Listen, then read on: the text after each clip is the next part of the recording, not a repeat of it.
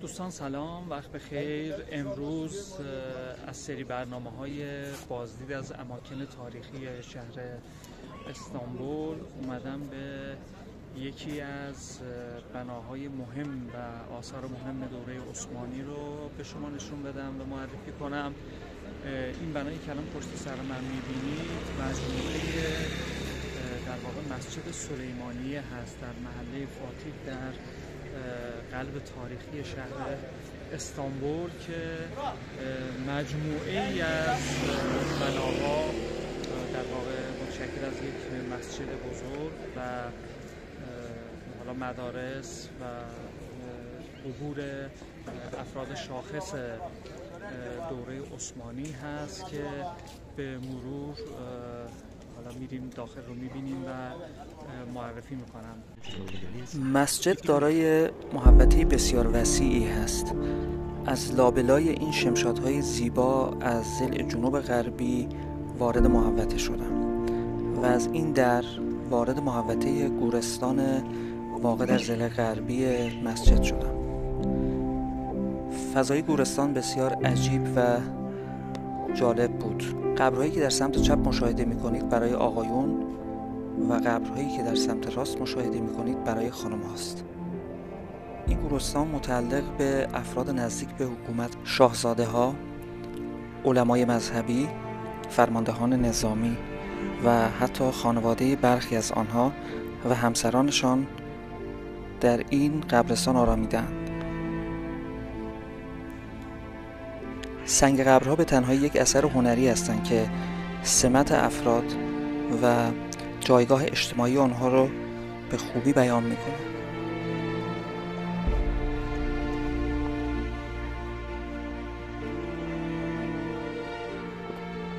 از محوطه قبرستان به سمت مقبره سلطان سلیمان حرکت میکنه.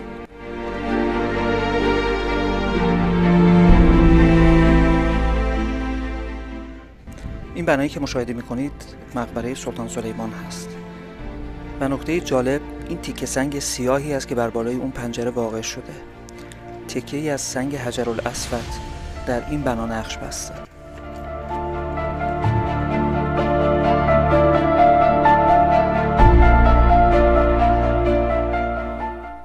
اینجا محوطه داخلی مقبره هست.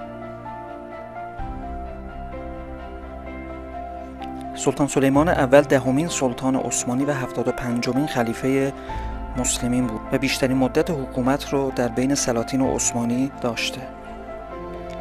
قبرهایی که مشاهده می‌کنید متعلق به سلطان سلیمان اول، سلطان سلیمان دوم، مهری ماه سلطان بانو، سلطان احمد دوم و ربیع سلطان هست.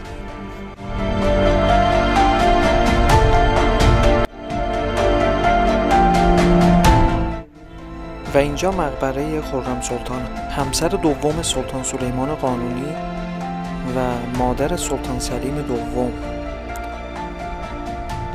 قبرهایی که در کنار این مقبره مشاهده می‌کنید متعلق به شاهزاده مهمد، فرزند سلطان سلیم دوم و خانم سلطان، خواهرزاده سلطان سلیمان دوم است. یکی از ویژگی‌های جالب این بنا اینه که این بنا از بیرون 8 ضلعی و از داخل 16 ضلعی دیده میشه.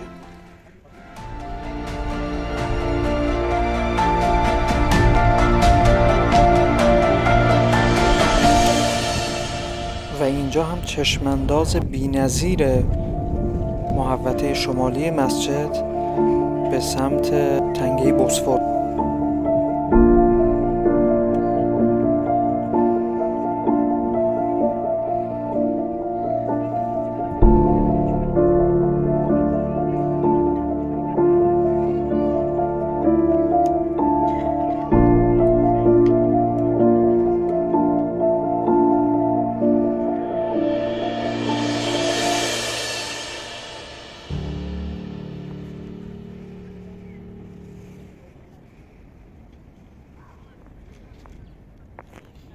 بنایی که پشت سر من میبینید مسجد بزرگ سلیمانیه هست که یکی از مراکزی هست که گردشگران زیادی هر سال برای بازدید از این مسجد در این منطقه حضور پیدا میکنند.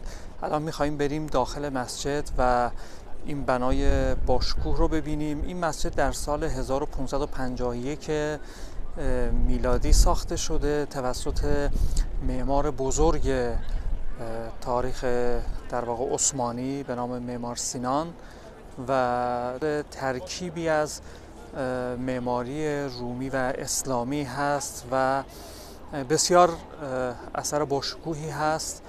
به مدت 7 سال ساختش طول کشیده و یکی از نمادهای دوران حکومت در واقع سلطان سلیمان عثمانی هست که یکی از شکوه اون دوران رو در واقع یادآور میشه که الان میریم داخل مسجد رو ببینیم.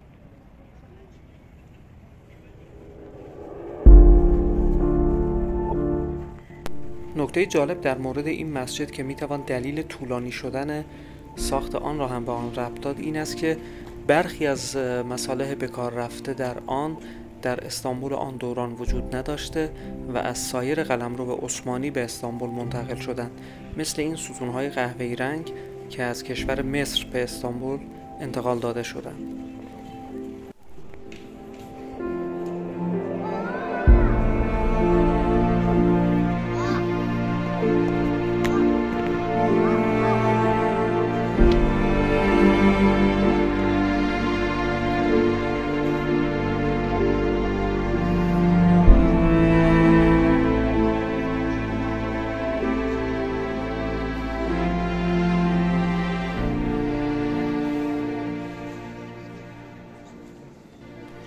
ارتفاع گنبد این مسجد 53 متر و قطر گنبد آن 27.5 متر است.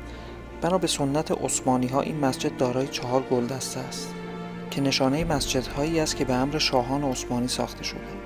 سبک معماری آن مانند دیگر کارهای سنان و معماران عثمانی ترکیبی از سبک معماری بیزانسی و اسلامی است.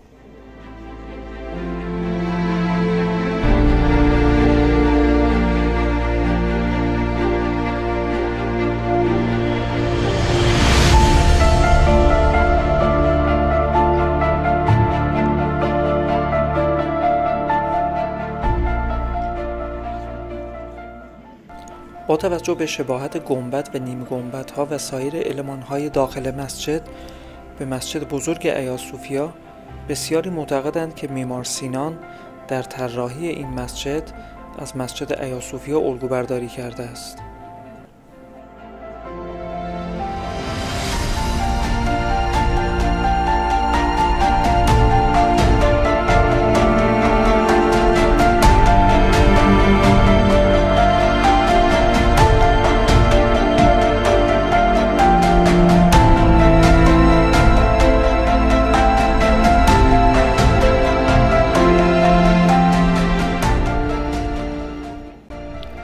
evet و اینم نمای پایانی از درب شرقی مسجد که به محبت باز میشه.